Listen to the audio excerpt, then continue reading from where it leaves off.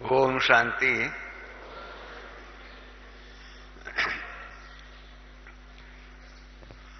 कल की अव्यक्त मुरली आप सबने सुनी।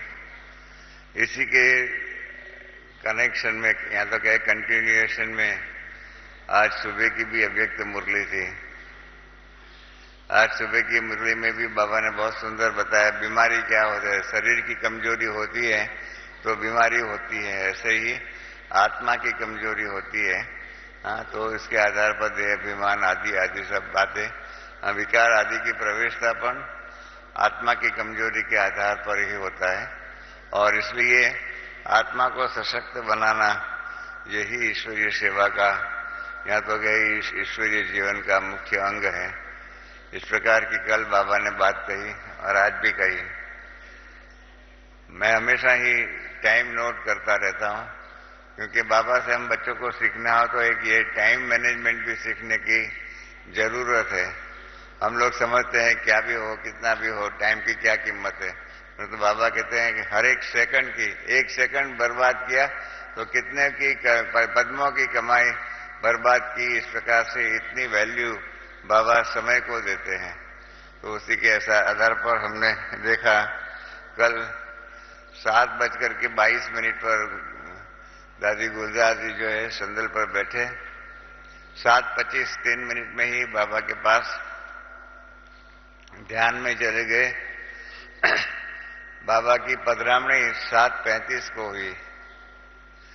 7:43 को बाबा ने मुरली शुरू की और 9:02 पर मेन बातें, बाबा की जो मेन मुरली जो है वो 9:02 को बाबा ने समाप्त किया। उसके बाद बाबा नए बच्चों को मिले, पहली बार जो आए हुए उनसे मिले, उनके भी अंदर 9:07 तक मतलब 5 मिनट नए बच्चों के साथ बाबा ने व्यतीत किया।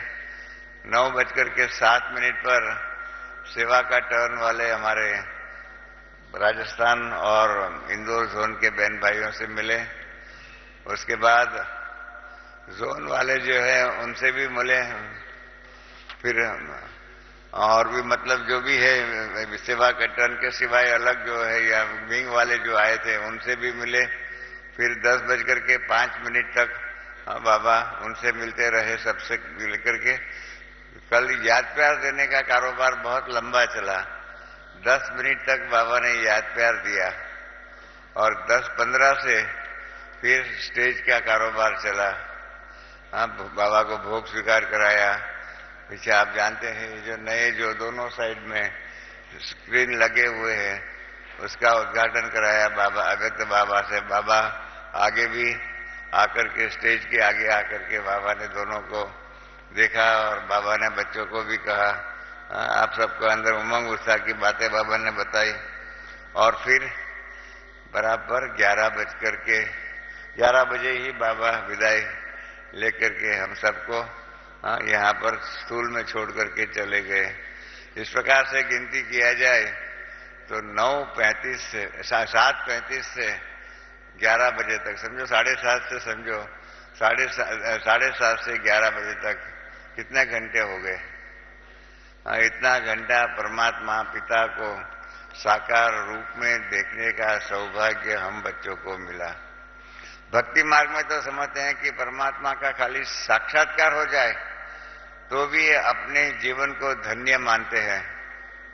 और यहाँ तो 3.5 घंटा, कम से कम 3.5 घंटा परमपिता परमात्मा स्थूल रूप में साकार रूप में हम बच्चों के सन्मुख अपने रथ पर विराजमान होकर के हम सबको ज्ञानामृत कहो, ज्ञान की शिक्षाएं कहो, जो भी कहो आप, वो सब देते रहे और अनेक प्रकार की बातों की शिक्षा सावधानी भी दिया। तो हम बच्चे कितने सौभाग्यशाली हैं। चाहे सन्मुख में सुनते रहे, चाहे कहीं जगह पर टीवी और आदि के माध्यम के द्वारा, विज्ञान के साधनों के द्वारा सेंटरों के ऊपर सुनते रहे, या बाद में रात को सब जगह पर मुरली फैक्स के द्वारा आदि के द्वारा भेजी गई है, उनके द्वारा आज सुबह सबने सुनी हुई होंगी। तो ये बाबा की कल की मुरली जो है उसको वो तो आपको सबको अब छप करके भी मिल गई होंगी, और हमारे रजू भाई ने उसके ऊपर सार भी लिख दिया हुआ है कि चारों ही सब्जेक्ट में स्वमान के अनुभवी स्वरूप बन अनुभव की अथॉरिटी को कार्य में लगाओ। अनुभव की अथॉरिटी को कार्य में लगाओ। इस प्रकार से सार के रूप में हमारे राजू भाई ने ये मुरली के ऊपर टाइटल में ये लिखा हुआ है। और बाबा ने पहला ही जो महावाक्य उच्चारण करते हैं उसके ही अंदर मुरली में क्या होने वाला है, क्या कहने वाले हैं, उसका सार के रूप में बाबा बता देते हैं। कैसे कल भी कहा कि आज हम ब्राह्मण संसार के रचयिता,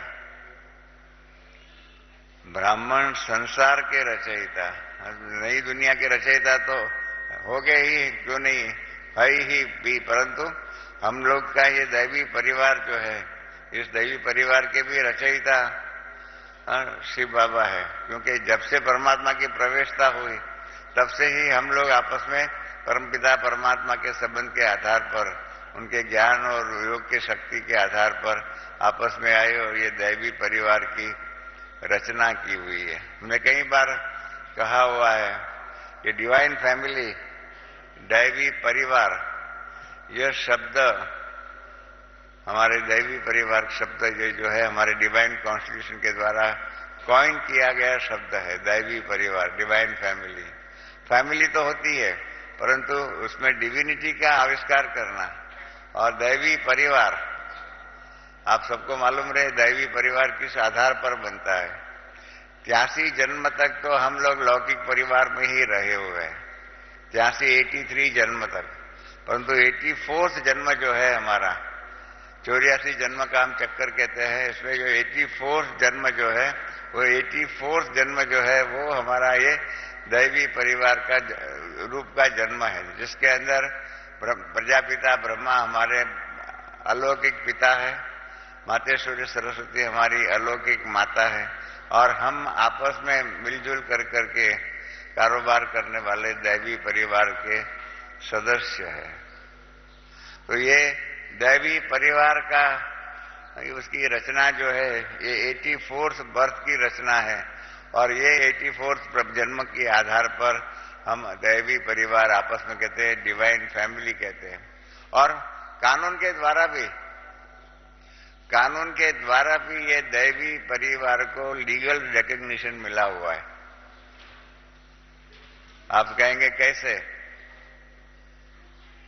जैसे लौकिक परिवार होता है उसको कानून के द्वारा रिकॉग्निशन मिलता है कि ये माँ है, ये बाप है, ये बच्चे है, ये भाई है, ये भाभी है। इस प्रकार से लौकिक परिवार को जैसे कानून के द्वारा रिकॉग्निशन मिला हुआ है, ऐसे ही ये दैवी परिवार को भी कानून ने रिकॉग्नाइज किया हुआ है। ये बहुत बड़ी भारी यह विश्वविद्यालय की उपलब्धि है कि दैवी परिवार शब्द को और दैवी परिवार के अस्तित्व को कानून ने भी स्वीकार किया हुआ है। क्या हुआ कि आप जानते हैं लौकिक दुनिया के अंदर कानून बनते हैं, संस्थाओं को रजिस्टर्ड करना पड़ता है। जैसे महाराष्ट्र में है बॉम्बे पब्लिक ट्रस्ट है, गुजरात में गुजरात पब्लिक ट्रस्ट है, ऐसे राजस्थान में भी राजस्थान पब्लिक ट्रस्ट है, ट्रस्ट एक्ट है। परंतु शिव बाबा और ब्रह्मा बाबा का ये अरमान है कि ये पांडव गवर्नमेंट, कौरव गवर्नमेंट के पास रजिस्टर्ड नहीं हो सकती है। ये अरमान है। आज 73 वर्ष हो गए तो भी यह विश्वविद्यालय को इसमें राजस्थान पब्लिक ट्रस्ट एक्ट के अंदर रजिस्ट्रेशन करने में एग्जेम्पशन मिला हुआ है, रिकॉग्निशन लीगली मिला हुआ है। तो ये बहुत बड़ी भारी बात है। हमें अपना लौकिक परिवार के साथ साथ ये दैवी परिवार के अस्तित्व का भी अरमान होना चाहिए कि कानून के द्वारा क्या होता है कि कानून के अंदर यह राजस्थान में ऐसा है कि जो संस्था सरकार से पैसा लेती हो या ग्रांट लेती हो या जो पब्लिक से डोनेशन लेती हो, वो संस्था को राजस्थान पब्लिक ट्रस्ट एक्ट में रजिस्टर्ड करना पड़ता है। तो तो हम लोग ने बनाया कानून इस प्रकार से बनाया कि हम लोग जो संस्था जो चलाते हैं तो आपस में दैवी परिवार के रूप में कारोबार करते हैं। परिवार के अंदर एक बाप ने अपने बेटे की स्कूल की फी दिया, तो क्या वो बेटे को दान दिया ऐसा होगा कि अपनी जिम्मेदारी को अदा किया? जिम्मेदारियां है ना, हर माँ बाप की फर्ज है अपने बच्चों की पालना करना। ऐसे ही हर माँ बाप की जिम्मेदारी है परिवार को चलाना, निभाना। परिवार चलाने के लिए पति ने कमाई करके पगार में से आधा पौना पगार घर में खर्च के लिए दे दिया पत्नी को, तो पत्नी को दान नहीं दिया, परंतु चलाने के लिए, कारोबार करने के लिए, अपनी परिवार की जो जिम्मेदारी है निभाने के लिए कर रहे हैं। इस प्रकार से हम लोगों ने भी कानून के यहाँ के चैरिटी कमिश्नर को लिखा कि दैवी परिवार के रूप में हम आपस में रहते हैं और इसी परिवार के अंदर कोई कमाता है, कोई चलाता है, कोई निभाता है, कोई सेवा केंद्र चलाता है, इस प्रकार से करता है। और इन्होंने रिकॉग्नाइज किया कि बराबर है, आपस में आप प्रेम प्यार से रहते हो, आपस में परिवार को चलाने के लिए कारोबार करते हो, इसलिए आप जनता से डोनेशन नहीं लेते हो। इस प्रकार से रिकॉग्नाइज करके हमारे विश्वविद्यालय को इन्होंने यहाँ के कानून के अंदर एग्जम्पशन दिया। बहुत बड़ी कानूनी उपलब्धि यह विश्वविद्यालय की है। जो कानून के क्षेत्र में काम करने वाले होंगे उनको ही यह दैवी परिवार के रूप में जो हमें एग्जम्पशन मिला हुआ है, इसकी गरिमा, इसकी महिमा वही लोग समझ सकते हैं। और कल की जब मुरली सुनी, आजकल क्या हो गया है, बाबा जो कहते हैं ना कि मैं जो ज्ञान सुनाता हूँ वो शास्त्रों में आटे में लूण की माफिक है। अभी 2 हफ्ते पहले जो मुरली चली थी उसमें आया था संग दोष। मालूम होगा 2 हफ्ते के पहले की रविवार की मुरली में संग दोष की बात निकली। मुरली में सारी बातें संग दोष के आधार पर कैसा होता है कारोबार, माया कैसे आती है। वो जब हमने दोबारा रिवाइज मुरली में पढ़ा तो हमको लगा कि गीता के अंदर दूसरा अध्याय जो है श्रुत प्रज्ञ का, उसके अंदर भी यही गीता में लिखा हुआ है कि संगात संजायते कामः, कामात् भवति क्रोधः, क्रोधात् सम्मोहः, सम्मोहात् स्मृति भ्रंश और स्मृति भ्रंशात् बुद्धिनाश, बुद्धिनाशात् प्रणश्यति। ये सारी जो सीक्वेंस जो श्रुत प्रज्ञ के बारे में गीता में लिखा हुआ है वो सारा ही सार के रूप में कहो बाबा की वो अव्यक्त मुरली में था। इसी प्रकार से कल की मुरली में जो परिवार के लिए बातें कही हुई है बाबा ने, वो परिवार के रूप की जो है बात कही हुई है, वो महाभारत जो है ना, महाभारत आपने सुना होगा। महाभारत का संक्षिप्त एक आवृत्ति है, इसको कहते हैं महाभारत सावित्री। महाभारत सावित्री 5 श्लोक की वो कहानी है, 5 श्लोक की। व्यास जी ने सारे महाभारत का सार जो है 5 श्लोकों में लिखा हुआ है। उसमें पहले आता है माता पितृ सहस्राणी पुत्र दार शतानी च यान्ति याशंति चापरे। अर्थात माँ बाप अनेक बार हमारे आपस में हम रह करके अनेक बार माँ बाप के रूप में कारोबार किया हुआ है, अनेक बार पुत्र पुत्री के रूप में कारोबार किया हुआ है।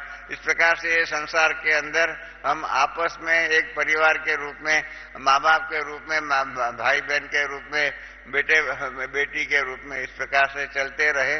इस प्रकार का महाभारत का पहला ही श्लोक, महाभारत सावित्री का श्लोक का अर्थ यही है।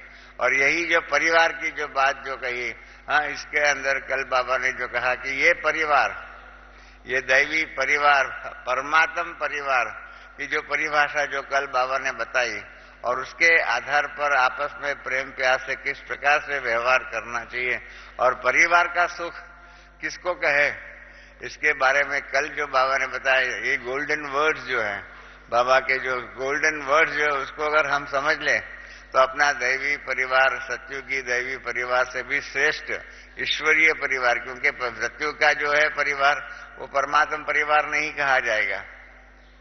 21 जन्मों का सुख सत्युग का जो मिलने वाला है, त्रेता युग का जो मिलने वाला है, उन सबका सभी सुखों का आधार ये संगम युग का दैवी परिवार के आधार पर बनने वाला है।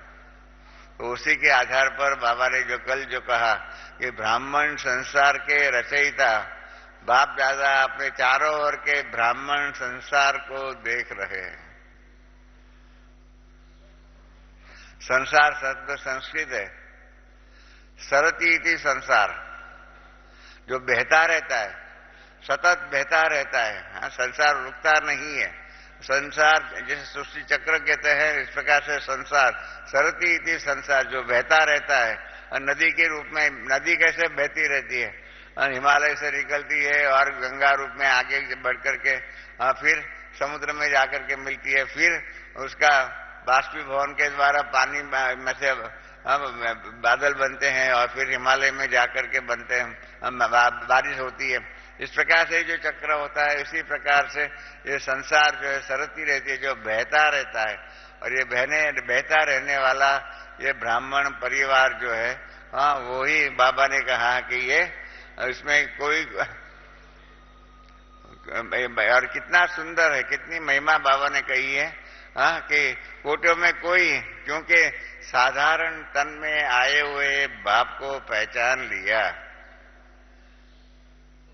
हम सबको हमारी ये जो खूबी जो है, हम लोगों ने नहीं समझा, बाबा ने समझा कि बाबा ऐसे साधारण तन में आए हुए बाप को हम बच्चों ने पहचान लिया। और हमारी ये जो उपलब्धि जो है कि हमने बाबा को पहचाना, उस बाप, हमारी ये उपलब्धि को बाबा ने भी उसकी महिमा की हुई है कल।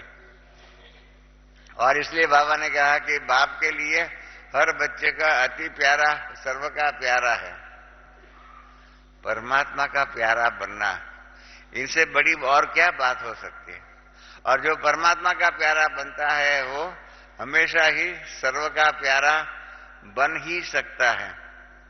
और बाबा ने कल ये भी कहा कि बाबा जो है ना, हर एक बच्चे के मस्तक में चमकता हुआ भाग्य देख रहे हैं। हम अपने भाग्य को कई बार नहीं देख सकते, नजरअंदाज कर देते हैं, परंतु बाबा हम बच्चों के मस्तक पर जो चमकता हुआ भाग्य है उसको देख रहे हैं। और क्या बाबा ने देखा कि मेरा हर बच्चा स्वमानधारी और स्वराज्य अधिकारी है। स्वराज्य, अपने ऊपर राज्य। दुनिया के अंदर यही बात होती है। हमने इस महीने के अगले महीने के छापने के लिए आर्टिकल लिखा हुआ, उसमें यही बात लिख ली हुई है, स्वराज्य अधिकारी, स्वपसंद, प्रभु, लोक पसंद और प्रभु पसंद। तो पहला फंडामेंटल फाउंडेशन यही है, स्वराज्य अधिकारी, अपने ऊपर अपना अधिकार, अपना राज्य। जब तक आज की दुनिया में क्या हो गया है, पॉलिटिशियंस क्या होता है, औरों के ऊपर राज्य करने नहीं निकले हुए, अपने ऊपर राज्य कहाँ कर सकते। अपने ऊपर राज्य कर सकते तो हमारे कई राज्य, अभी अभी आपने सुना होगा ना, एक स्टेट के गवर्नर को रिजाइन करना पड़ा। गोल्फ के अंदर खेलने वाले बड़े जो है वुड्स, जो है टाइगर वुड्स, उसको भी लोगों ने क्या कर दिया, क्योंकि जिसका अपने ऊपर अधिकार नहीं है, अपने ऊपर राज्य नहीं है, दुनिया उसको कैसे आगे बढ़ाएंगी, कैसे उसको श्रेष्ठ मानेंगी। तो इसलिए बाबा ने ये भी बताया कि मैंने हर एक बच्चे को जन्म से ही भिन्न भिन्न प्रकार के स्वमान दिए हुए हैं। तो इसलिए एक एक स्वमान को याद रखो और उसके आधार पर, उस समान के आधार पर समान के अनुभवी मूर्त बनो। ब्रह्मा बाबा का आगे चल करके बाबा ने अनुभव बताया हुआ है। बाबा ने कैसे ये अनुभव मूर्त बने हुए हैं। बाबा ने भी पुरुषार्थ किया। बाबा जब 2 मास के लिए वहां पर रहे हुए थे, जब कराची अपने कलकत्ता को छोड़ करके बनारस में जाकर के रहे, तो दीवालों के ऊपर लिखते थे, मैं आत्मा हूं, मैं आत्मा हूं, मैं आत्मा हूं। जसोदा भी आत्मा है, पुट्टू भी आत्मा है, निर्मोशांता भी आत्मा है। हर एक अपने लौकिक परिवार वाले सबके प्रति यही भाव कि वो भी आत्मा है, वो भी आत्मा है, वो भी आत्मा है। इस प्रकार से अपने आप को अपने लौकिक परिवार के भान से ऊपर जाकर के हर एक को आत्मा आत्मा आत्मा समझने लगे और लिखने लगे। बाबा पत्रों में भी ऐसा ही लिखते थे। तो शुरुआत में उनके लौकिक परिवार वाले समझते थे कि ये क्या हो गया, ब्रह्मा बाबा को क्या हो गया, क्यों ऐसा लिखता है, क्यों ऐसा लिखता है।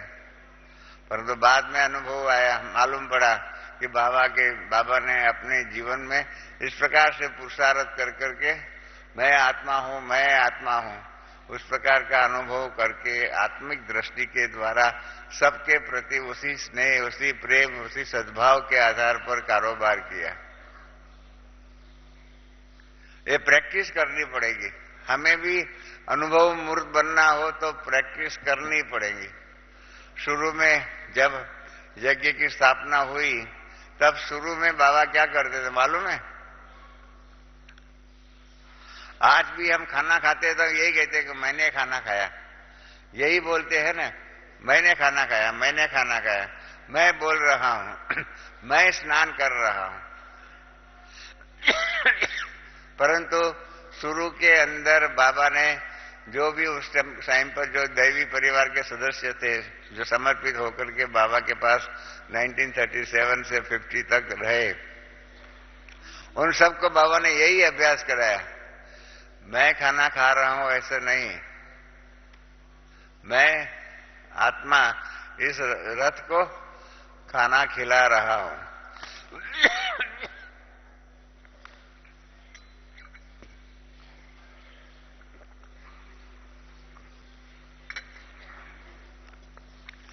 मैं आत्मा इस शरीर रूपी रथ को खाना खिला रहा हूं, मैं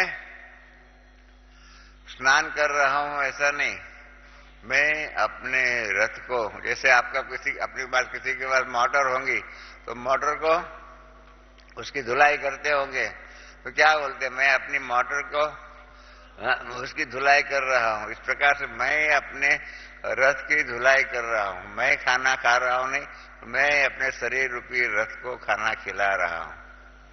मैं आत्मा मैं बोल रहा हूं ऐसा नहीं, मैं आत्मा इस शरीर रूपी रथ के द्वारा बोल रहा हूं। मेरा खुद का अनुभव बताऊं, मैं पहली बार ब्रह्मा बाबा से 53 में मिला। वहां बॉम्बे के हॉस्पिटल में बाबा को किडनी में स्टोन का प्रॉब्लम हुआ था। मैं पहली बार गया तो मैंने बाबा को पूछा कि बाबा आपका ऑपरेशन हुआ है? तो बाबा ने कहा नहीं, मेरा ऑपरेशन नहीं हुआ है। मैंने कहा हाँ आपका ऑपरेशन हुआ है। तो कहा नहीं बच्चे मेरा ऑपरेशन नहीं हुआ है। तो मेरे माताजी, लौकिक माताजी साथ में थे। मैंने कहा कि आपने तो कहा ब्रह्मा बाबा का ऑपरेशन हुआ है, और ब्रह्मा बाबा तो कहते हैं मेरा ऑपरेशन नहीं हुआ है। तो मेरे माताजी ने भी बाबा को, बाबा क्यों नहीं, आपका तो ऑपरेशन हुआ है, इसलिए तो आप हॉस्पिटल में हो। तो बाबा ने पहला हमको यही पाठ पक्का कराया कि बच्चे मेरा ऑपरेशन नहीं हुआ है, मेरे शरीर का ऑपरेशन हुआ है। ये पहला पाठ कि मैं आत्मा हूं, मैं ये शरीर नहीं हूं। इस ज्ञान का पहला सबक कहो, पहला पाठ कहो। मुझे सौभाग्य मिला बाबा के मुख से सीखने का कि मैं आत्मा, मेरा शरीर का ऑपरेशन हुआ है, मेरा ऑपरेशन नहीं हुआ है। मैं आत्मा का ऑपरेशन कैसे कोई कर सकता है? कोई डॉक्टर कर सकता है? शरीर का कर सकते हैं। तो वो बाबा ने जो क्या, और इसके ऊपर मुझे आधा पौना घंटा मैं शरीर हूं, शरीर नहीं हूं, मैं आत्मा हूं, इसके ऊपर आधा पौना घंटा बताया, बातें किया। फिर बाबा ने टोली आदि देकर के इस प्रकार से विदाई दी। तो ये मेरा खुद का भी अनुभव ब्रह्मा बाबा के साथ का पहला अनुभव यही है कि मैं बाबा को कहता रहा कि बाबा आपका ऑपरेशन हुआ। बाबा के मेरा ऑपरेशन नहीं हुआ। मैं कहता हूं नहीं आपका हुआ है। मैं भी मतलब जो है लौकिक दुनिया के कारोबार का अनुभवी था, और बाबा जो है ये ईश्वरीय परिवार के ज्ञान के अनुभवी थे। तो ये लौकिक और अलौकिक दोनों का संघर्ष के बीच का जो अनुभव जो है, मेरा भी पहला अनुभव यही रहा कि मेरे आत्मा का ऑपरेशन नहीं हुआ है। तो यही है, ये सतत ये भान रहना चाहिए। शरीर में कहाँ भी शरीर दुखता होगा, शरीर में सिर दर्द होता होगा, हम क्या कहते हैं, मुझे सिर दर्द हो रहा है। सिर दर्द किसको हो रहा है? मैं आत्मा सिर दर्द का अनुभव कर रहा हूं, बाकी अनुभव शरीर को हो रहा है। बुखार भी शरीर को आता है ना। तो इस प्रकार से हर बात में ये अभ्यास करें तो हम बहुत जल्दी अनुभवी मूर्त हो सकते हैं कि हम आत्मा है, हम शरीर नहीं है। ये अभ्यास बाबा ने इतना सुंदर पक्का शुरू किया, हम बहन भाइयों के जीवन में कराया। तो और उसके ही कारण जब वो हमारी दादियां जो है, बड़ी बहनें जो है सेवा पर निकली, तब यही अनुभव के आधार पर सारी दुनिया को जाकर के अनुभव सुनाया कि आप आत्मा हो, आप शरीर नहीं हो। तो ये बात हम सब भी पक्का करें। ये रोज के जीवन की बातें हैं, हमारे रोज के जीवन की बातें हैं। हम खाना खाने के टाइम पर यही कहते हैं, मैं खाना खा रहा हूं, मैं खाना खा रहा हूं। आत्मा खाना कहां से खा सकती है? शरीर को खिला रही है। मैं आत्मा अपने शरीर रूपी रस को खाना खिला रही है। मैं चल रहा हूं नहीं, मैं अपने शरीर के द्वारा जा रहा हूं, कार्य कर रहा हूं। इस प्रकार से कार्य कराने वाला, कार्य करने वाला, इन दोनों के बीच का भेद अगर सदा के लिए हमारे पास आ जाए और सदा उसी भेद के आधार पर हम कारोबार करें, तो जो कल बाबा जो चाहते हैं कि अनुभव स्वरूप की, अनुभव की अथॉरिटी कार्य में लगाओ, यह हमारे दृष्टि में परिवर्तन आ जाए कि ये मैं आत्मा हूं और सामने वाले भी आत्मा हूं। मेरे वो याद है, हम ब्रह्मा बाबा के साथ में बॉम्बे में हैंगिंग गार्डन जो है ना, उसमें बाबा को डॉक्टरों ने कहा था कि बाबा को थोड़ा पैदल करना चाहिए, तो उसके कारण बाबा को लेके जाते थे। तो सामने से एक भाई निकला, तो मैंने उसके पांव को देखा तो उसके पांव में 6 अंगुली थी, उसके पांव में 6 अंगुली थी। तो मैंने बाबा को कहा, बाबा देखो ये भाई जो अभी गया ना, उसको पांव में 6 अंगुली थी। तो बाबा ने फट से मुझे कहा, बच्चे उसके पांव को क्यों देखा, उसकी आत्मा को तुमने नहीं देखा? किसको देखना चाहिए? उसकी आत्मा को देखना चाहिए, उसके शरीर को तुमने क्यों देखा? हम लोगों को ये अभ्यास ही हो गया है, हम सामने वाले के शरीर को ही देखते हैं। और इसके कारण बाबा को कल मुरली में साफ कहना पड़ा, भाव स्वभाव में भाव जो भी है सब कुछ है, परंतु प्रेम भूलना नहीं चाहिए। परिवार का प्रेम जो है ना, इस प्रकार से भाव कुछ भी हो, स्वभाव कुछ भी हो, परंतु प्रेम का फाउंडेशन पक्का करने के लिए कल सिखाया। तो ये जो होता है, अगर हम आत्मिक स्वरूप में टिक जाए और इस दैवी परिवार के कारोबार के अंदर दैवी परिवार के अनुभवी मूर्त बनकर के कारोबार करे, तो जो कल बाबा ने कल जो कहा ना, बहुत एम्फेटेटिकली कह दिया कि जहां पर रोशनी होती है वहां अंधकार आ नहीं सकता है। ये अनुभव हो सकता है हम सबका।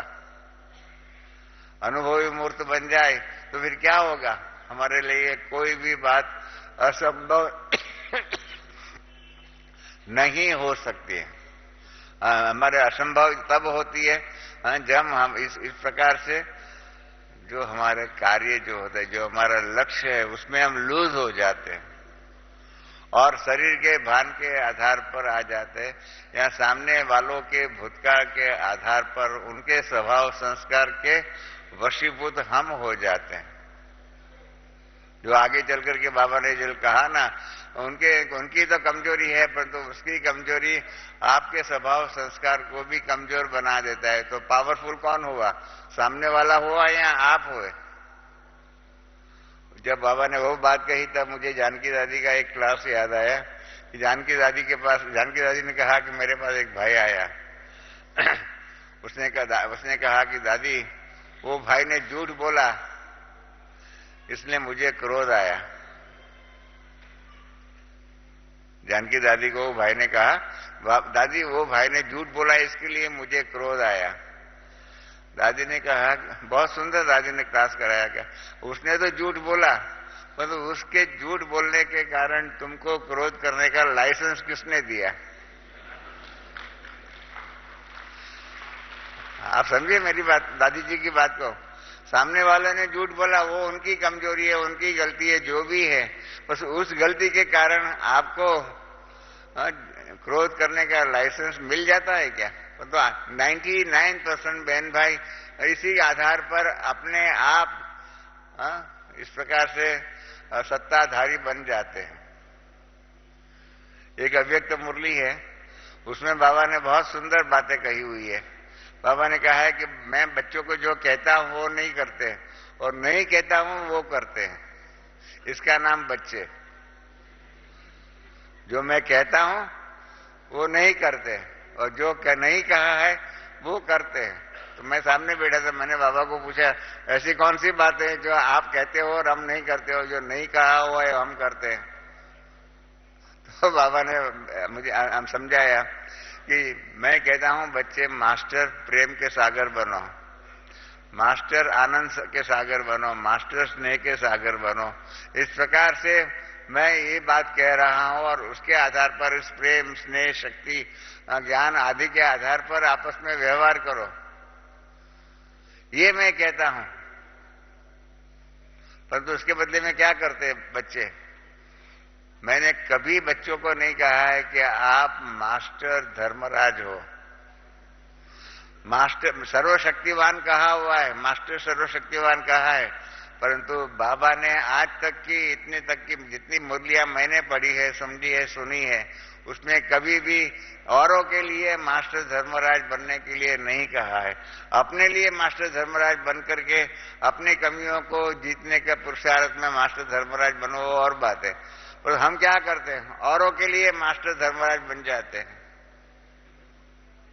और अपने हाथ में कानून ले लेते हैं। लौकिक दुनिया के अंदर भी कोई भी व्यक्ति अपने हाथों में कानून नहीं ले सकता। जिनके हाथ में, जिनको निमित्त बनाया हुआ है, जिसको रिस्पॉन्सिबल बनाया हुआ है, वो ही कानून अपने हाथ में लेकर के कारोबार कर सकता है।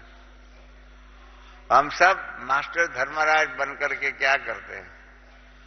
We start passing judgments. वो तो ऐसा है, वो ऐसा है, कभी सुधरेगा नहीं, ऐसा ऐसा ऐसा कर। कल जो बाबा ने बात कही ना, वो पहले भी मुरलियों का सार था। बाबा ने कहा कि आप बच्चों को ध्यान रखना चाहिए, आप बच्चों के भी संकल्पों में शक्ति है। आपकी वाणी वरदानी भी बन सकती है, तो आपकी वाणी औरों के लिए श्राप भी दे सकती है। और अगर आपने श्राप दिया, फलाना तो ऐसा ही है, सुधरने वाला ही नहीं है, ऐसा बोला, माना उस व्यक्ति को आपने श्राप दिया। और श्राप दिया, इसके कारण क्या होगा? हम सब यहाँ आए हुए हैं पुराने हिसाब किताब को चुकता करने के लिए।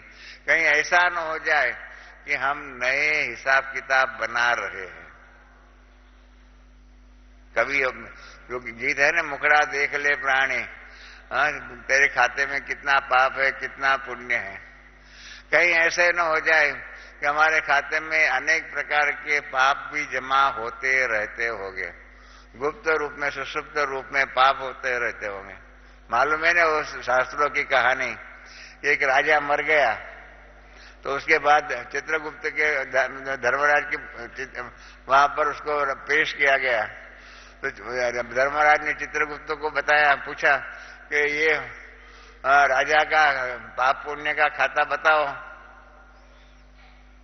तो चित्रगुप्त ने बताया कि ये राजा ने लाखों मछलियों की हत्या किया है।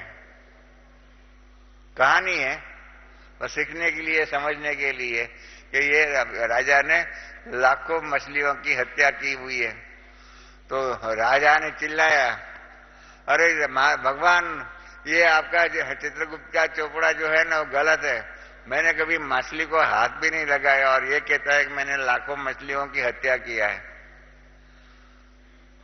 तो धर्मराज ने चित्रगुप्त को पूछा कि इनके चोपड़े में, इनके खाते में लाखों मछली मारने का पाप कहां से आ गया? तो इन्होंने बताया कि राजा जो है सबको जो चाहे जितना चाहिए इतना धन देता था। तो एक मछली पकड़ने वाला मछियारा जो था, फिशरमैन जो था, उसकी जो मछली पकड़ने की जो फिशिंग नेट जो थी वो बिगड़ गई थी। तो उसने समझा कि मैं नई खरीदने के लिए पैसा कहां से लाऊं। तो राजा के पास गए, राजा के दरबार से वो दान में पैसा लेके आया और उस दान के पैसे से उन्होंने मछली पकड़ने की फिशिंग नेट खरीद कर ली और उसके परिणाम रूप जो है उसने मछलियां मारने का धंधा चालू रखा। तो राजा धर्मराज के सामने चित्रगुप्त ने कहा कि इस प्रकार से उसने जाने अनजाने मछली पकड़ने के कारोबार के अंदर सहयोग दिया और इसके कारण उसके खाते में भी अनेक प्रकार मछली मारने का पाप जो है लिखा गया। ये तो एक कहानी है, परंतु ये हकीकत है। अनेक प्रकार के पाप जाने अनजाने हमारे से होता है।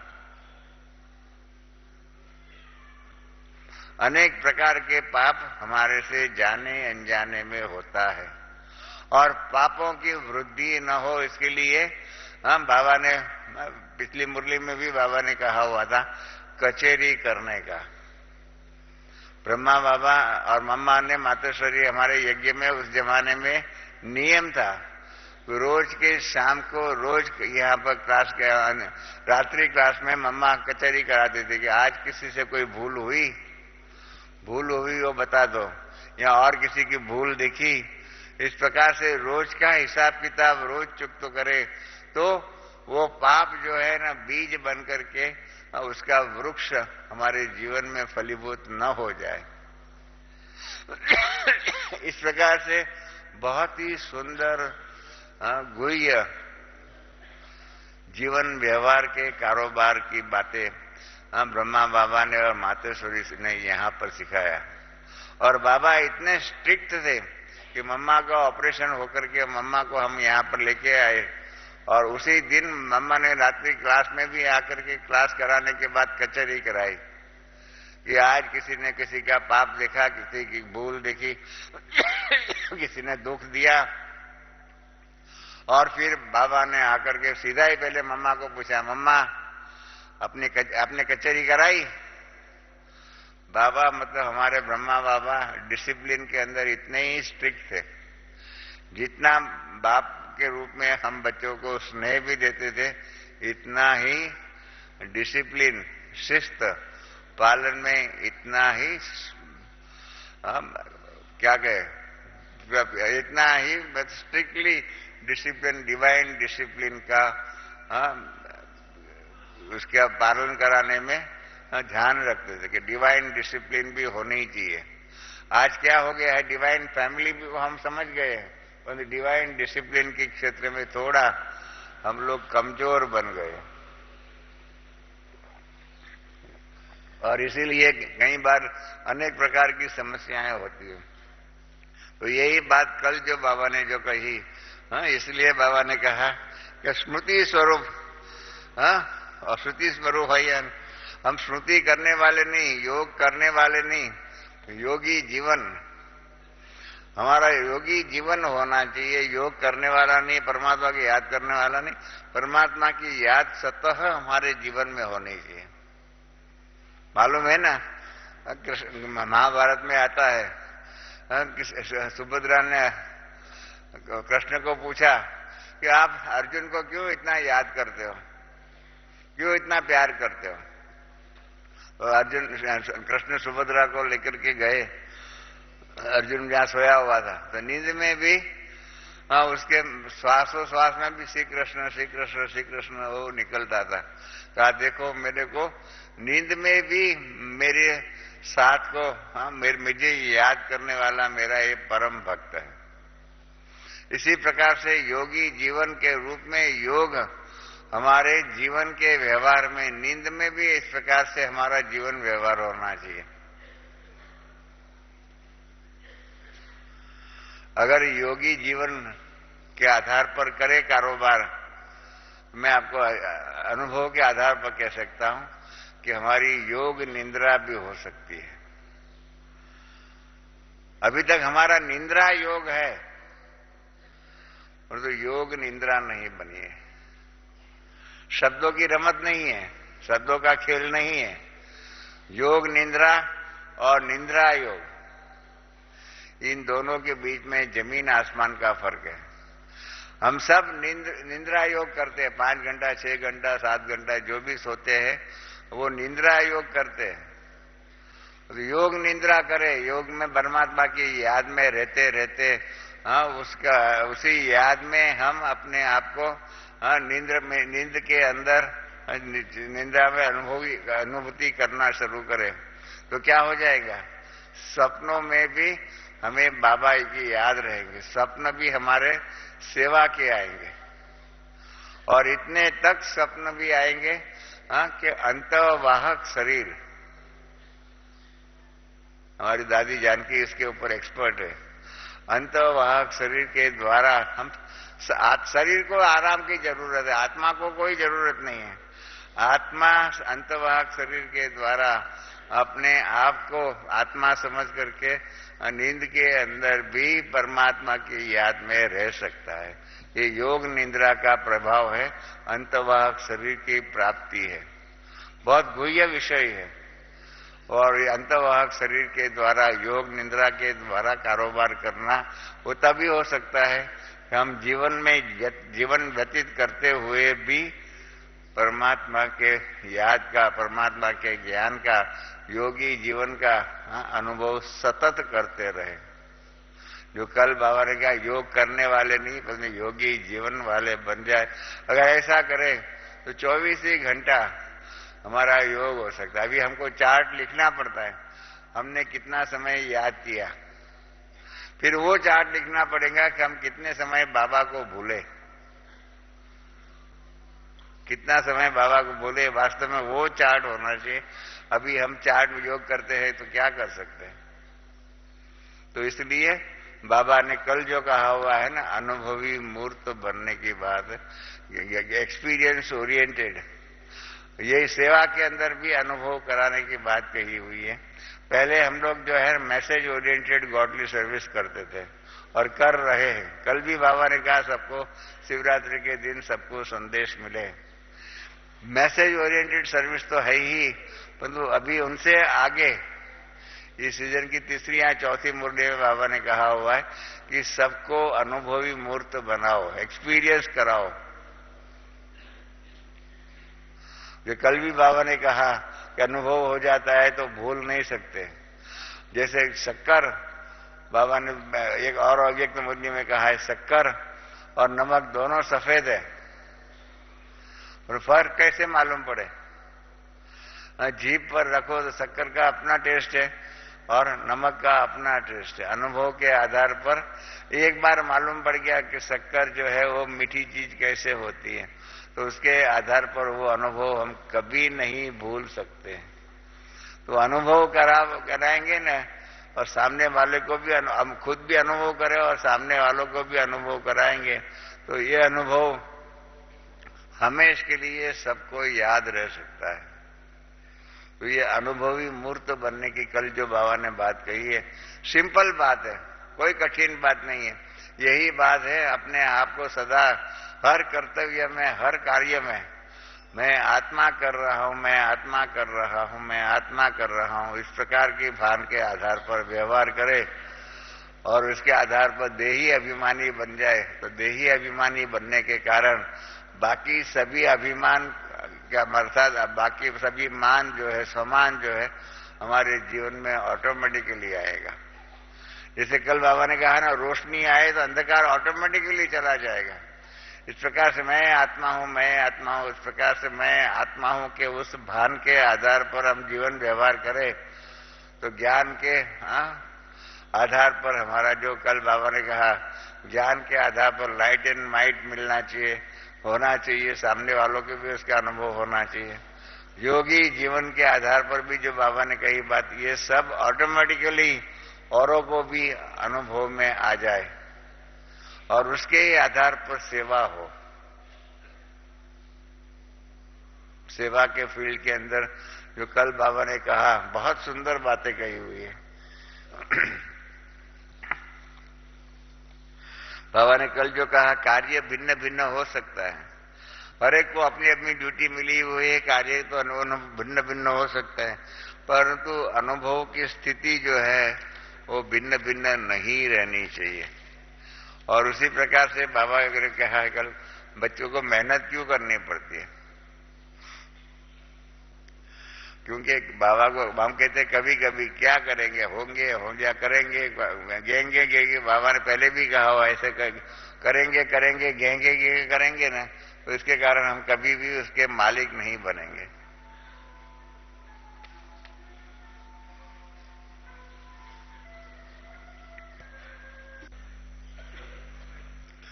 ओम शांति।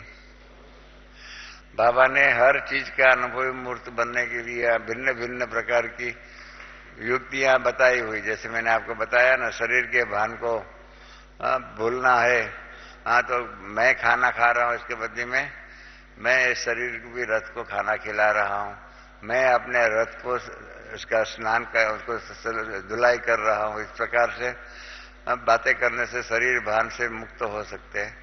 ऐसे ही हमारी दादियों ने अनुभव किया हुआ था। परिवार के देहभान के संबंधों का देहभान से भूलने के लिए एक शब्द ऐड करने के लिए सिखाया है बाबा ने। हम कहते हैं ये मेरी पत्नी है, ये मेरा पति है, ये मेरा बच्चा है, ये मेरी बच्ची है, ये मेरी बहू है, इसमें मेरा देवर है या मेरा ये है, ऐसा है, मेरा भाई है। इन सब के आगे संबंधों के अंदर मोह के उसमें से क्योंकि नष्ट मोह बनना ही है, तो दादी विजेंद्र ने बहुत युक्ति अच्छी की हुई थी। सबके आगे, सभी संबंधों के आगे एक शब्द डाल दो, लौकिक। ये मेरा लौकिक भाई है, ये मेरी लौकिक बहन है। इस प्रकार से लौकिक लौकिक लौकिक हमारा जस्टिस कृष्ण आयर है ना, वो बहुत ही, उन्होंने ये बात नोट कराई। मेरे को कहा, रमेश देखो ये विजेंद्र दादी कितना सुंदर बातें कर रही, लौकिक भाई लौकिक बहन, इस प्रकार से कह करके लौकिकता के आधार पर अपने जीवन को अलौकिक बना रही है। ऐसा सुंदर शब्द जस्टिस कृष्ण आयर ने नोट करके हमको सिखाया कि लौकिक लौकिक लौकिक के आधार पर लौकिक भाई लौकिक बहन, इस प्रकार से करेंगे तो जो परिवार के अंदर लौकिक स्थूल रूप में संबंधों की जो मोहजाल जो है, उनसे हम मुक्त हो सकते हैं कि हमारा लौकिक संबंध है। इस प्रकार से हर बात में, हर कार्य में कोई ना कोई युक्ति लगा करके चलते रहेंगे तो अनुभवी मूर्त बहुत सहज हो सकता है।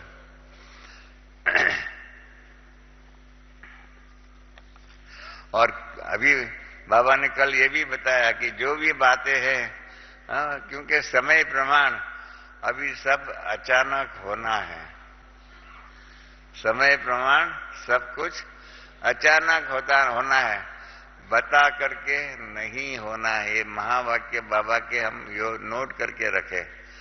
जैसे अभी प्रकृति का अचानक की बातों का खेल चल रहा है, आरंभ हुआ है, अभी नई नई बातें अचानक अर्थ को हुआ, थोड़े समय में लाखों आत्माएं चली गई।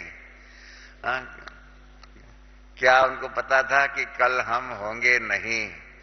ऐसे कई एक्सीडेंट भिन्न भिन्न स्थान पर अचानक होना आरंभ हो गया है। और बाबा ने बहुत विचित्र शब्द यूज किए, इकट्ठे के इकट्ठे एक ही समय पर अनेकों की टिकट कट रही है। कितने लाखों लोग मरे। अभी हाइटी में अर्थक्वेक हुआ, लोग तो कहते हैं कितने भी, सरकार ऑफिशियल तो कहते हैं 2 लाख मर गए, परंतु तो कहते हैं 5 लाख से भी ज्यादा लोग एक सेकंड के 7.4 के अर्थक्वेक के उसके अंदर जो है मर गए।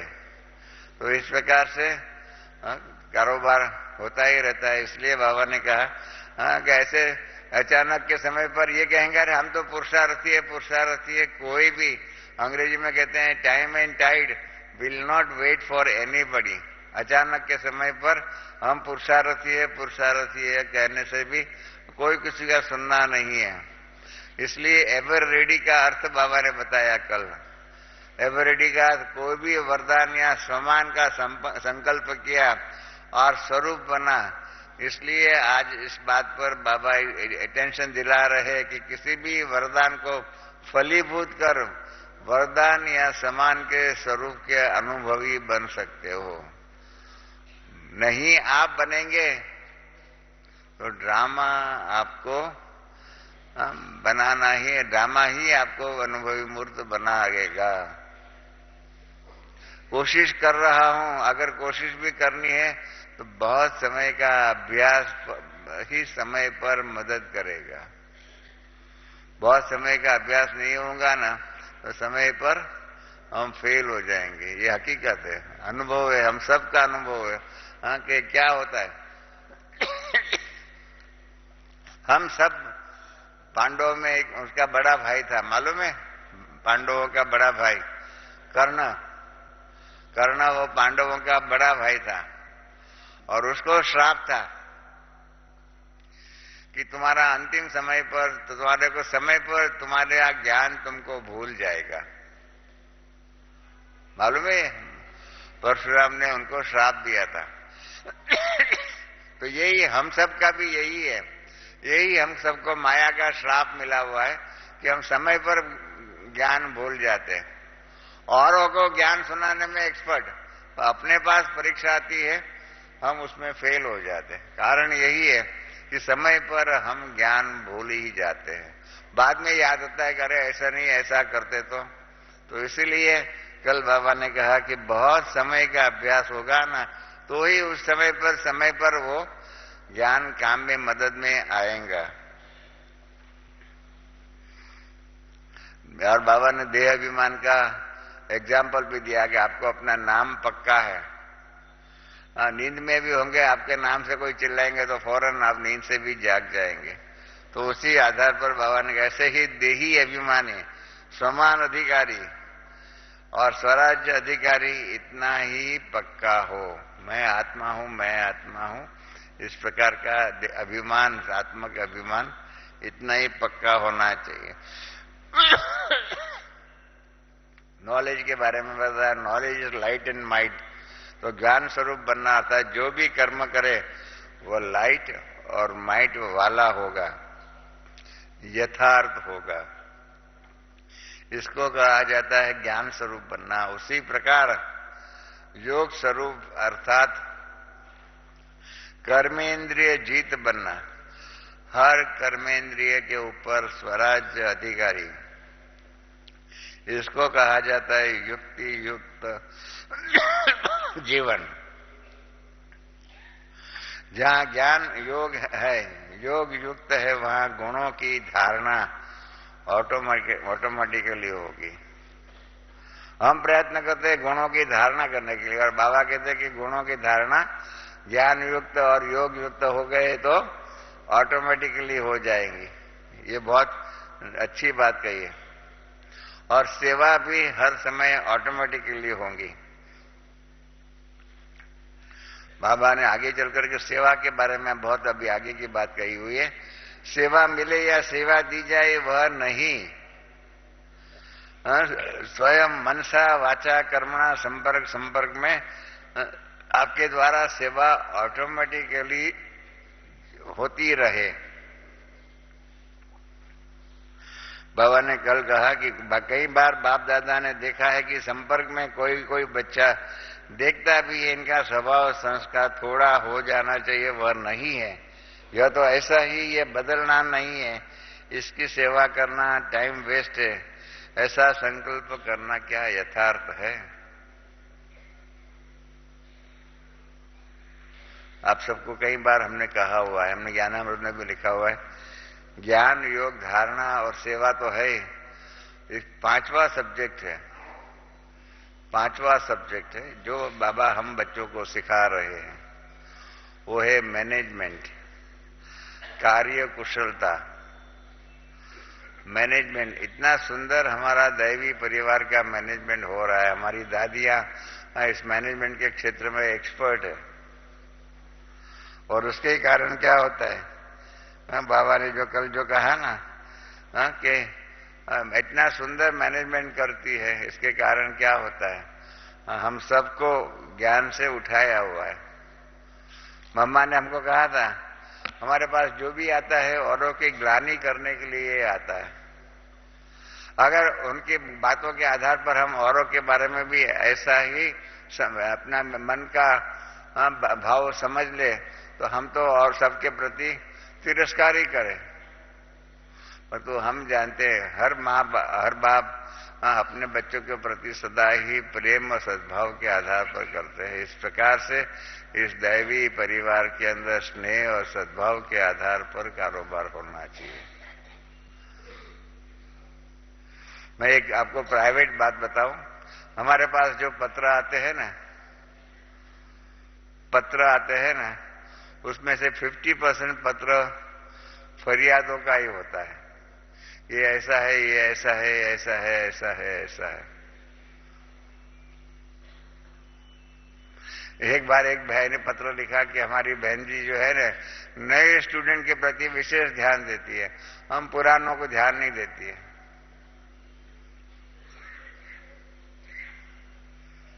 मैंने दादी प्रकाशमणि को पत्र दिखाया और दादी ने कहा, यह हकीकत है, पुराने ही ज्यादा पालना मांगते हैं।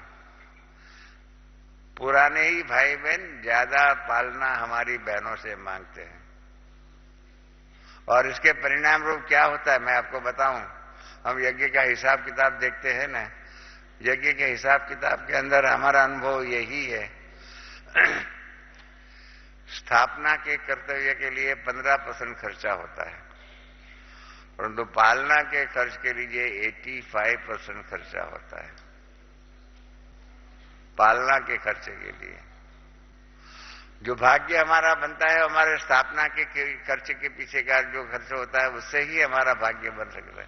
पालना का तो हमने जो पालना दिया, ज्ञान में तन मन धन से जो सेवा की, वो हमारी पालना के लिए हमने उसको इस्तेमाल किया, तो हमारा क्या भाग्य बनेगा।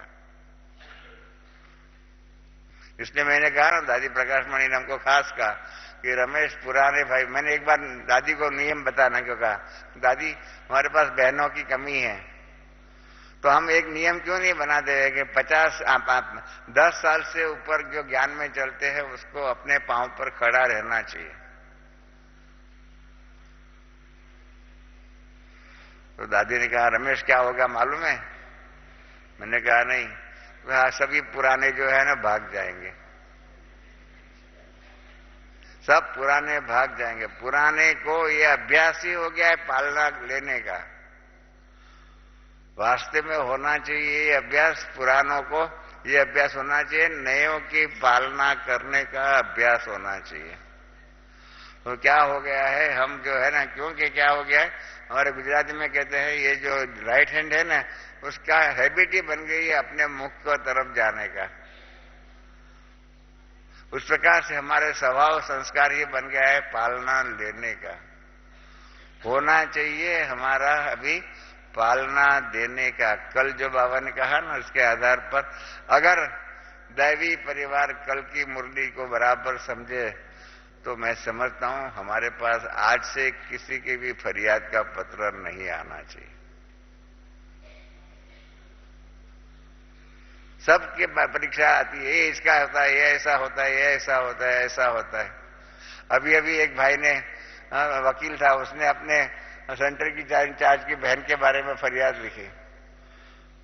तो फिर 2 महीने के बाद हमको फोन किया कि आपने उस बहन के बारे में कुछ नहीं किया। हमने कहा हमारे पास तो कोई उस बहन की फरियाद नहीं है, आपको ही लगती है। तो कहा ठीक है, अभी मैं अपने हाथ में कानून लूंगा और मैं देखता हूं। इस प्रकार से दैवी परिवार के अंदर अपने हाथों में कानून लेकर के कारोबार करेंगे, तो क्या होगा, डिसिप्लिन नहीं रहेगी। कल के आधार पर एक दूसरे को आगे बढ़ाने के लिए, कि हमारी ये बहनें, इन जिन्होंने अपना जीवन समर्पित किया हुआ, आप घर अपने आप को तो देखो, आप घर बार त्याग करके इस ईश्वरीय सेवा में समर्पित होकर के तो देखो।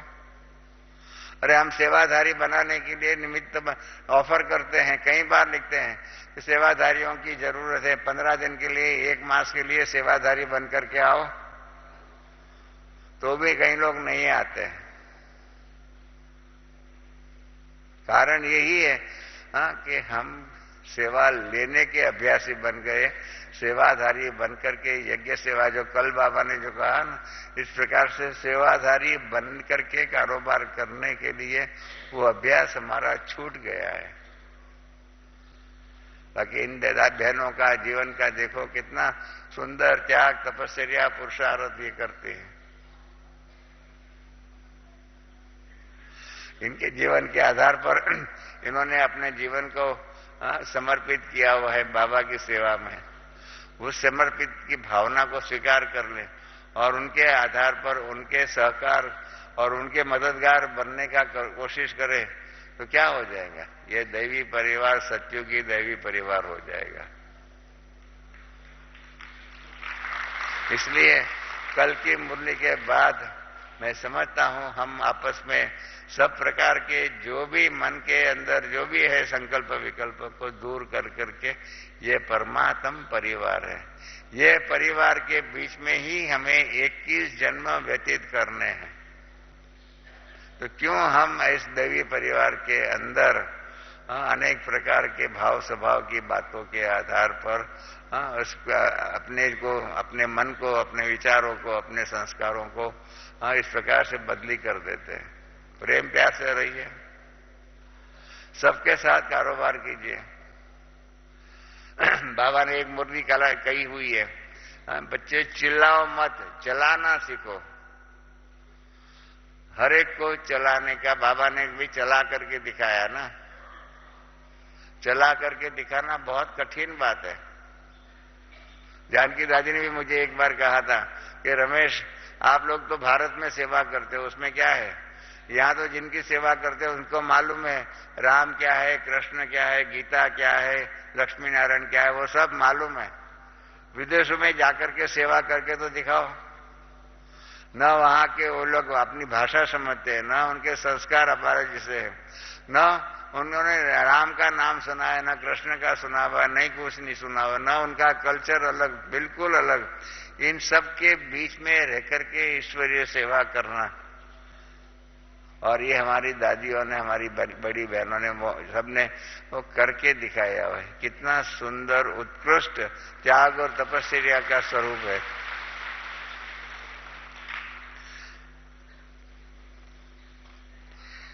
तो इसलिए कल की जो बात जो कही ना, इसलिए हम बाबा के तरह सेवा भी हर समय अखंड चलती रहेंगे।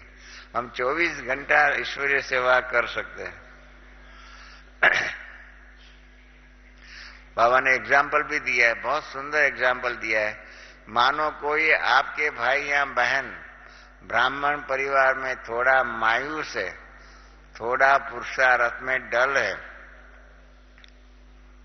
तो ऐसे मतलब कोई संस्कार के वश है, ऐसे संपर्क वाली आत्मा को आपने उमंग उत्साह दिलाया, सहयोग दिया, स्नेह दिया, यह भी सेवा का पुण्य आपके खातों में जमा हो सकता है।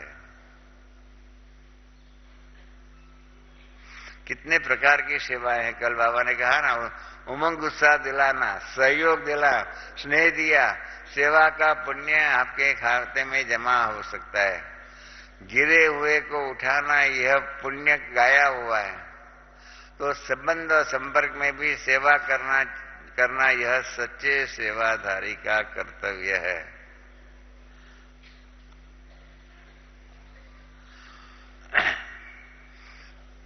और कभी बाबा ने जो कल कहा, हाँ मतलब कि इसकी सेवा करना है, टाइम वेस्ट करना है, ऐसा संकल्प करना क्या यथार्थ है? जब आप कहते हैं, बाबा ने कितना स्ट्रांगली कहा हुआ है, जब आप मानते हो कि हम प्रकृति को भी सत्व प्रधान बनाने वाले हैं, हम प्रकृति को भी सत्व प्रधान बनाने वाले हैं, और वो तो मनुष्य आत्मा है, और मनुष्य आत्मा में भी वो अपने आप को ब्राह्मण कहलाने वाला है। कदाच गलती से संस्कार वश हो जाए, परंतु फिर भी ब्राह्मण आत्मा है। जब प्रकृति के संस्कार बदलने की आपने चैलेंज की है, तो वह तो प्रकृति के बदले में पुरुष है, आत्मा है, आपके संबंध में है। तो सच्चे सेवाधारी बन सेवा का पुण्य का कमाने का शुभ भावना अवश्य रखो।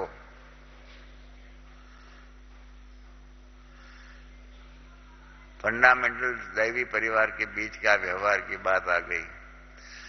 सेवा का भाव के आधार पर सामने वालों को भी इस प्रकार से प्रेम और सद्भाव के आधार पर उनका दिल को जीतने का प्रयत्न करने का है, ये बाबा ने कहा। यह तो है ही ऐसा, यह बदल नहीं सकता है, यह शुभ भावना नहीं है, यह सूक्ष्म घृणा भावना है। कई बार बाबा ने, मैं भी कई बार अनुभव करता हूं, कईयों के बारे में हमारे दिल में इस प्रकार से ईर्ष्या घृणा आदि रहता है। एक घृणा भाव खत्म हो जाना चाहिए। कल की मुरली के आधार पर यह अगर आपस का घृणा भाव, ईर्ष्या भाव, द्वेष भाव चला जाए तो क्या हो जाएगा? सच्चे सेवाधारी सेवा के बिना शुभ भावना देना, इस सेवा में भी पुण्य कमाएगा। गिरे हुए को गिराना ये नहीं, उसको उठाना ये सच्ची सेवा है। सहयोग देना, इसको कहते हैं सच्ची सेवाधारी, सच्चा पुण्य आत्मा। और क्या चाहिए? हम किस बात के लिए आए हुए? हम यहाँ आए हुए ही सच्चे सेवाधारी बनने के लिए, सच्चे पुण्य आत्मा बनने के लिए। पापात्मा तो थे, पाप करते आए, 63 जन्म हमने अनेक प्रकार के पाप किए। अब तो इस संगम युगी जीवन में पुण्य आत्मा बने। इसलिए बाबा ने कल कहा, इसलिए चेक करो कि सेवा का ऐसा उमंग उत्साह है कि हमें पुण्य आत्मा बनना है। अनुभवी मूर्त बनो, अनुभव की अथॉरिटी बनो। इस प्रकार से बाबा ने कहा है। हम आगे चल करके गीता शिवरात्रि के बारे में भी बाबा ने कहा। उसके बाद जो है ना, फिर से वही कहा। आपने कहा मेरा बाबा, बाप कहता क्या कहते हैं? मेरे बच्चे हैं। सभी बाबा के बच्चे हैं। उसी भावना से सबके प्रति, उसी सद्भावना के आधार पर सभी हमारे दैवी परिवार के सदस्य हैं। उस भावना के आधार पर व्यवहार करें ना। क्यों हम किसी के बारे में इस दैवी परिवार के अंदर वैर आदि की भावनाओं रखें?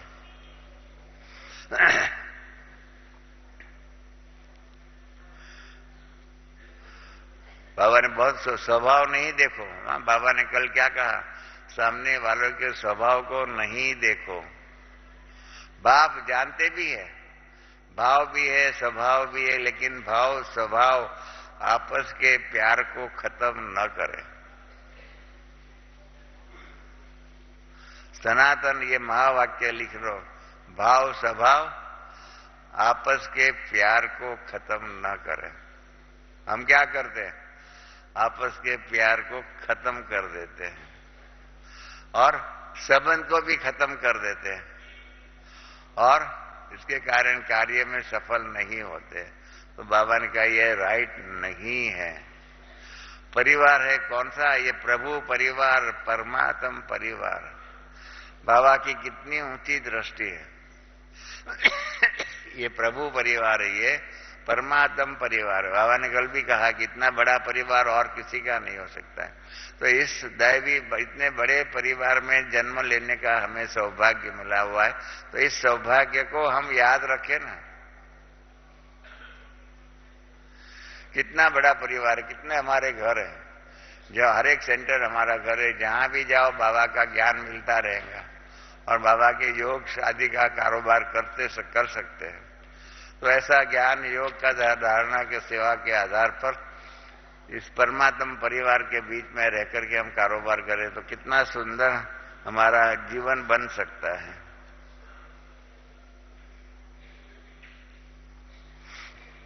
इतना बड़ा परिवार परमात्मा के सिवाय और किसी का हो नहीं सकता। तो चेक करना, क्योंकि यह भी पुरुषार्थ में विघ्न पड़ता है। विघ्न मुक्त होंगे तभी अनुभव मूर्त बन सकते हैं, और अनुभव की अथॉरिटी के द्वारा औरों को भी अनुभवी बनाओ। फिर सेवा के टर्न वालों के लिए बात कही, बहुत सुंदर बातें कही हुई है। जो सेवा करने के लिए आते हैं उसमें दो प्रकार की कमाई होती है।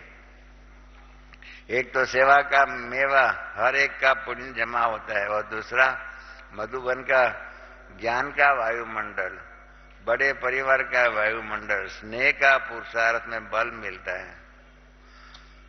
दुनिया के अंदर बाबा ने एग्जाम्पल दिया कि ज्ञान स्नान एक बारी तीर्थ पर जाकर एक ही बार स्नान करेंगे। कल महा महीने की पूर्णिमा थी, हरिद्वार में आज के अखबार में 6 लाख लोगों ने स्नान किया। एक ही बार स्नान कर सकते हो और समझते हैं बहुत पुण्य कमा लिया। यहाँ तो जितने दिन रहते हो इतना दिन ज्ञान स्नान और ज्ञान के वचन कानों पर पढ़ते रहते हैं। योगी आत्माएं, प्रभु प्यार वाली आत्माएं, उनका वाइब्रेशन ऑटोमेटिकली मिलता रहेगा। ये ईश्वरीय सेवा बहुत कम लोगों के नसीब में होती है, बहुत कम लोगों के। बाबा तो ऑफर करते हैं ईश्वरीय सेवा के रूप में, हाँ, परंतु क्या करें, हम लोग वर्तमान की समस्याओं से भी ऊपर नहीं आते हैं। फिर बाबा ने शिव बाबा के जन्म की बातें बताई कि जैसे लौकिक दुनिया में भी महात्मा गांधी का बर्थडे, आप जानते हैं अक्टूबर 2 अक्टूबर को महात्मा गांधी का बर्थडे मनाते हैं। उस दिन तो national holiday, 3 fully paid holidays है, 15 अगस्त, 2 अक्टूबर और 26 जनवरी। वो फुल्ली पेड हॉलीडेज है। उस दिन अगर रजा देते हैं तो उसका पगार कटता नहीं है। तो ऐसे महात्मा गांधी के बर्थडे को फुल्ली पेड हॉलीडे के रूप में मनाते हैं। ऐसे ही बाबा ने कल कहा, धर्म स्थापक के जो भी जन्मभूमि होती है, अभी आपको मालूम होगा ना, जहाँ महावीर जी का जन्म हुआ था उस स्थान को भी बहुत अच्छे रीति से उसको डेकोरेट करने का कारोबार हो रहा है। गौतम बुद्ध के भी जहाँ पर जो लिम्बड़ी का क्या कौन सा कोई शहर है वहां पर जन्म हुआ, वो भी उसको भी लोग महिमा उसकी करते हैं। तो इस प्रकार से हैदराबाद सिंध के अंदर भी बाबा ने ज्ञान का बीज डाला। जसोदा भवन बाबा का वो भवन जो है, उसको भी मतलब वो है जन्म स्थान ईश्वरीय सेवा का।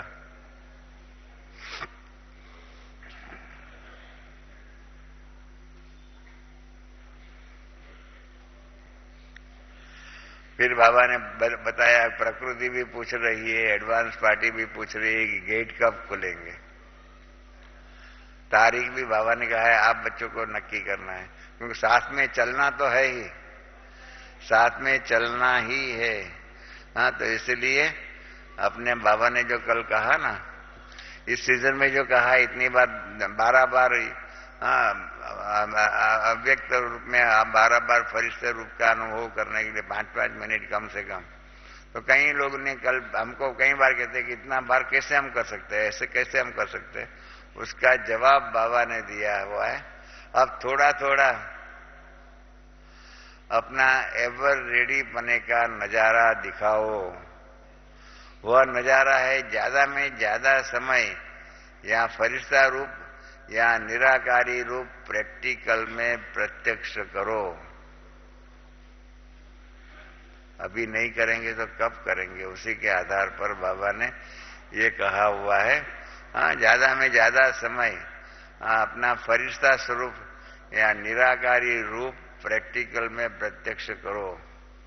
गुप्त पुरुषार्थ करते हैं, लेकिन अभी प्रत्यक्ष दिखाई रहे, आपके मस्तक से लाइट का प्रकाश अनुभव हो, नयनों में रूहानियत की शक्ति का अनुभव हो, मुख से चेहरे से मधुरता और मुस्कुराता चेहरा अनुभव हो।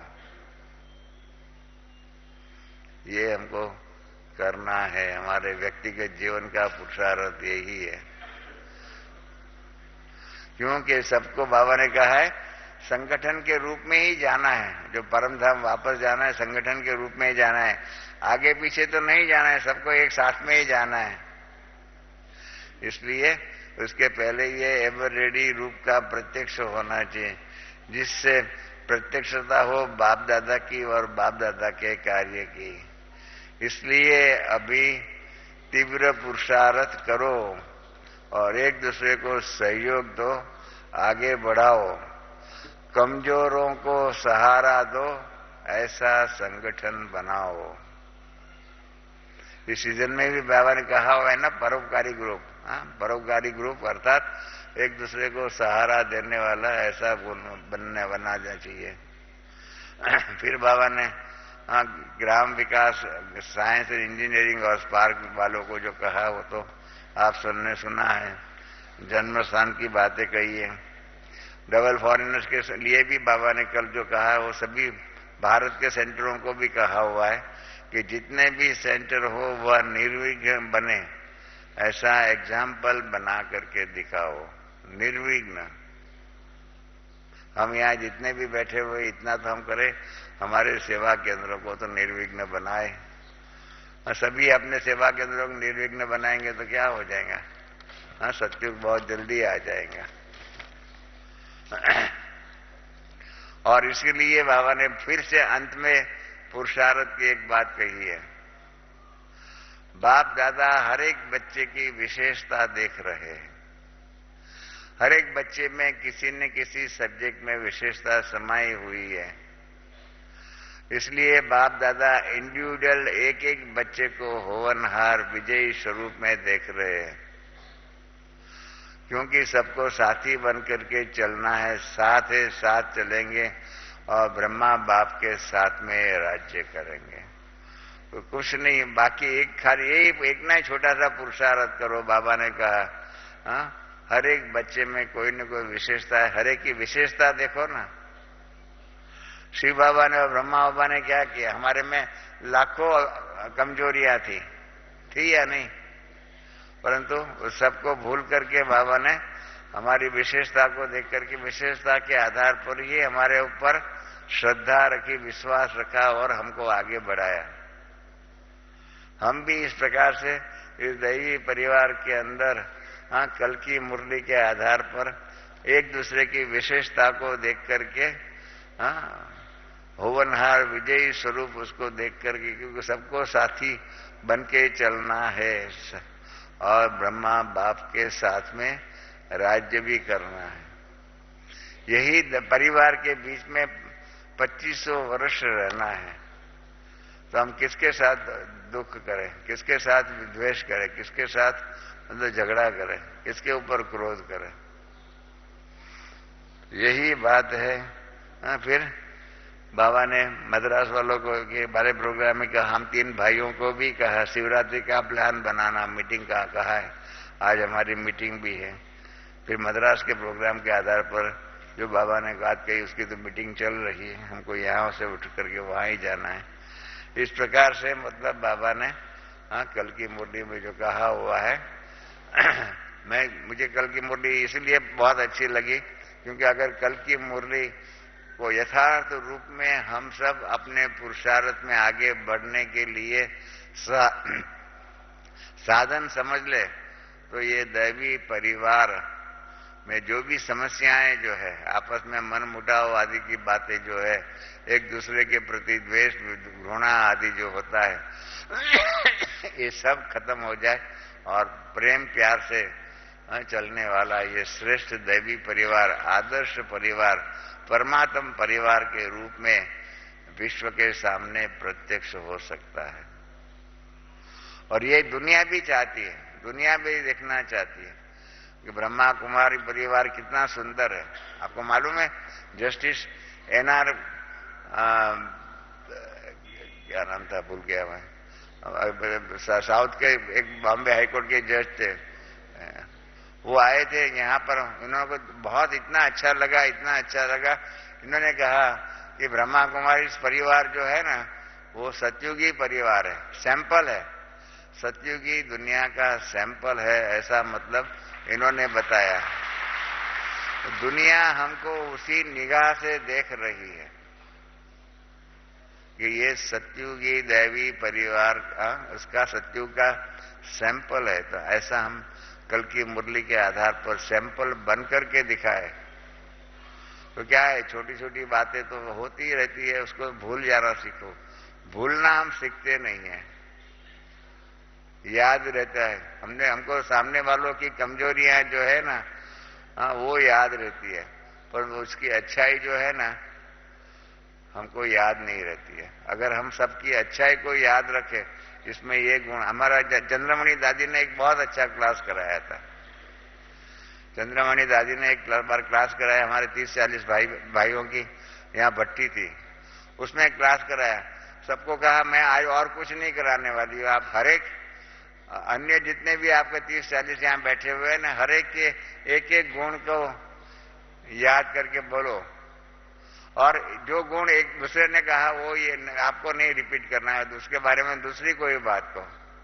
इस प्रकार से 30-40 भाई लोग जो थे, इन सब के गुणों को बताया गया। देखो इतने सब में गुण हैं, उस गुणों को याद रखो ना, अवगुणों को क्यों याद रखो? अवगुण को तो सामने वाला भी छोड़ना चाहते हैं, आप उसको याद करके उसको हैमरिंग करते रहते हो। तो उसी आधार पर जो चंद्रमणि दादी ने हमको सिखाया, यही बात हम चाहते हैं। हर एक सेंटर के ऊपर इसका गुण दर्शन का क्लास होना चाहिए। सारे क्लास के अंदर एक रविवार के दिन या ऐसे छुट्टी के दिन पर क्लास रखो, आपस में एक दूसरे के गुण, इसमें क्या गुण है, इसमें क्या गुण है। अवगुण तो सबको मालूम है, किसको मालूम नहीं? अपने भी अवगुण मालूम है, सबके अंदर अवगुण तो थे ही, कलयुग में थे, तो कलयुग में तो वही होगा, और क्या होगा। तो गुणों की माला सभी पहने और पहनावे तो क्या हो जाएंगे? ऐसे गुण रूपी जो है ना मोती चुगने की बात भी पिछले अव्यक्त मुरली में भी बाबा ने कहा हुआ है। हंस, होली हंस का कर्तव्य यही है, गुणों को चुगना, मोती को चुगना। तो हम क्यों नहीं हंस बन करके, होली हंस बन करके एक दूसरे के गुणों को देख करके गुणों के आधार पर व्यवहार करें। भगवान को हम कहते हैं, मंदिरों में पहले जाते थे, कहते थे भगवान हमारे अवगुण को चित्त ना धरो, ऐसे हम कहते थे। भगवान कहते हैं कि आप अभी औरों के अवगुणों को चित्त के ऊपर धारण न करो।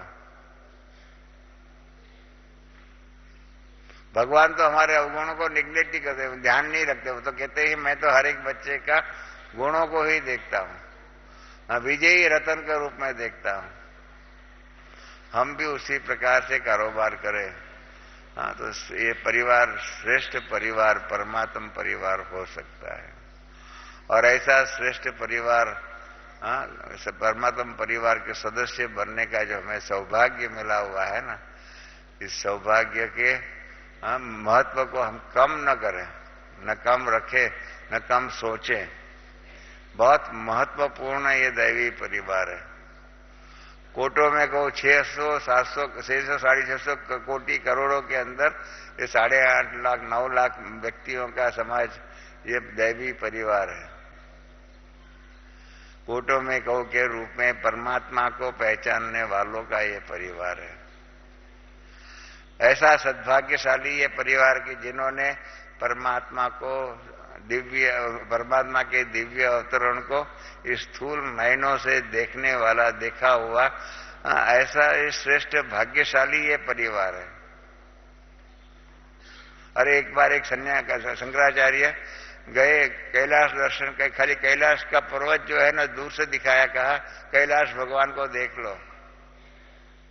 एक कैलाश पर्वत को दिखाने वाले, उसका साक्षात्कार कराने वाले कहते हैं आपको मैंने परमात्मा का दर्शन कराया। और हम तो ये परमात्मा के सौभाग्यशाली बच्चे जिन्होंने परमात्मा को साकार रूप में इस सृष्टि ऊपर दिव्य अवतरण धारण करके साकार रूप में हम सबकी पालना करने वाले परमात्मा को हमने देखा है। परमात्म अनुभवी हम हैं। हमारे भाग्य को, कितना बड़ा हमारा भाग्य हमारा है। इनको याद रखो तो छोटी छोटी बातें सहज रूप में हमारे जीवन से जो कांटे रूपी जो थे बातें जो थी वो दूर हो सकती है। परमात्म परिवार, बाबा के ये शब्द कल की मुरली का इतना ही ध्यान रखो, ये परमात्म परिवार है। और क्या चाहिए? हम किस बात के लिए यहाँ आए हुए, सोचिए इसके ऊपर। इस परमात्म परिवार, परमात्म प्रेम, परमात्म स्नेह, परमात्म ज्ञान और ये योगी जीवन, इसके लिए तो आए हुए। और क्या, क्यों आए हुए? सोचना इसके ऊपर। ओम शांति।